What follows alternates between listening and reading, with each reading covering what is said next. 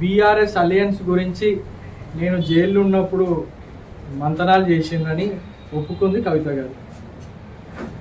CM Ramesh BJP MP వారు కూడా ఏమన్నారు, బీఆర్ఎస్ బీజేపీ అలయన్స్ విలీనం చేయాలని చెప్పి కేటీఆర్ గారు ఢిల్లీలో వాళ్ళ ఇంటికి వచ్చింది, సీసీటీవీ ఫుటేజ్ ఉందని చెప్పి వారు ప్రెస్సులు వచ్చి చెప్పి మరి ఇంకేం కావాలి కౌశిక్ రెడ్డి నీకు అని అడుగుతున్నా.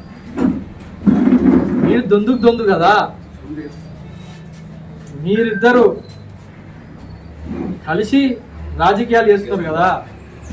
ఎంపీ దాంట్లో కూడా మీకు 0 సీట్లు వచ్చి మీరందరూ బీజేపీకి మద్దతు పలికింది వాస్తవం కాదా అని నేను అడుగుతున్నా. తెలిసి కూడా నువ్వు ఇట్లాంటి పనులు మాట్లాడుతూ ఏదో వైరల్ కావాలి, చాలా రోజులు అయింది, ఏదో మాట్లాడదామని వచ్చి మళ్ళీ మా ముఖ్యమంత్రి గారి పైన నోటుకొచ్చినట్టు మాట్లాడి ఏదో అమ్ముకున్నారని మాట్లాడుతున్నావు. ఈ అమ్ముకుండు సంగతి నీకు తెలియదని కొత్తగా చెప్పాలా, మా హుజురాబాద్ ప్రజలకు తెలియదా? వీడియోలు ఉన్నాయి. మా చెల్పూర్ మహేందర్, వీణవంక నీ సొంత మండల్, మైపాల్ రెడ్డి ఇష్టంపేట్, వీళ్ళిద్దరి దగ్గర నుంచి నువ్వు డబ్బులు తీసుకున్నావు, కోట్లు ఉద్యోగం పెట్టిస్తా అని వాళ్ళు మీడియా ముందు వచ్చి బహిరంగంగా మాట్లాడడం జరిగింది. అది తెలియదా? ఇక్కడ ఉన్న వ్యాపారస్తులను బెదిరించి నువ్వు డబ్బులు తీసుకున్నావు, శాండ్ మాఫియాను బెదిరించి డబ్బులు తీసుకున్నావు, ఇవన్నీ వాస్తవం కాదా అని నేను అడుగుతున్నా. ఇవి నువ్వు తీసుకొని ఈ డబ్బులు బెదిరించి నువ్వు ఇక్కడ వసూలు చేసుకుంటూ అటు ఎమ్మెల్సీ ఉన్నప్పుడు ఇప్పుడు మళ్ళీ నువ్వు మా ముఖ్యమంత్రి గారి పైన డబ్బులు తీసుకుంటే ఎవరైనా నమ్ముతారా? అసలు నీ చరిత్ర నువ్వు తెలుసుకో కౌశిక్ రెడ్డి, మాట్లాడకుండా ముందని నేను అడుగుతున్నా.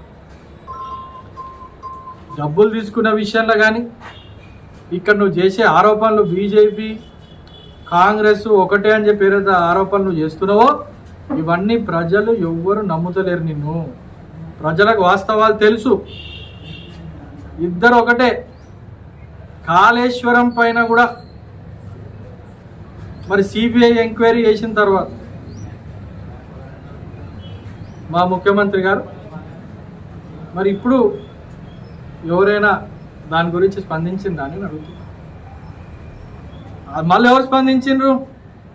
మళ్ళా కేసీఆర్ గారి కూతురు కవిత గారే వచ్చి కాళేశ్వరం మొత్తం అవినీతి హరీష్ రావు చేసింది. అంటే మీ పార్టీలో అటు కాళేశ్వరం అవినీతి, అటు గొర్రెల స్కాము, ఫార్ములా ఈ స్కాము, ఇవన్నీ ఎప్పుడు బయటపడ్డది? ఎప్పుడు అటు సిబిఐ ఈడీలు పుట్టుట్టిన కేసులు పెడితే వాళ్ళు తీసుకుంటారా?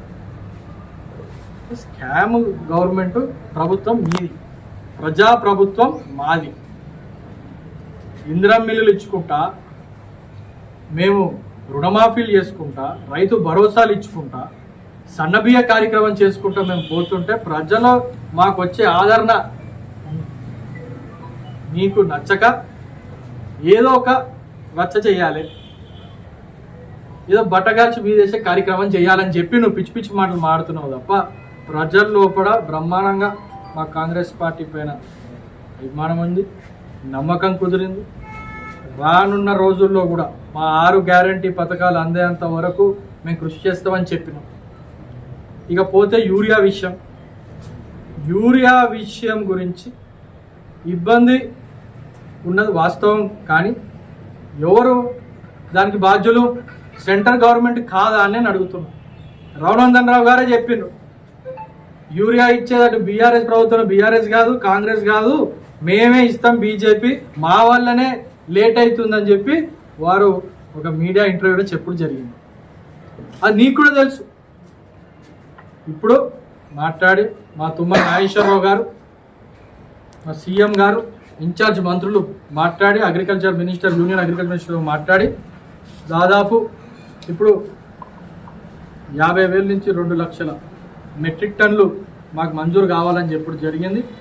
ఇప్పుడు క్రమక్రమంగా కొంచెం యూరియా పరిస్థితి అనేది ఊర్లలో తగ్గుమం పట్టింది. ఖచ్చితంగా రైతులందరికీ ఆందోళన చెందవద్దు.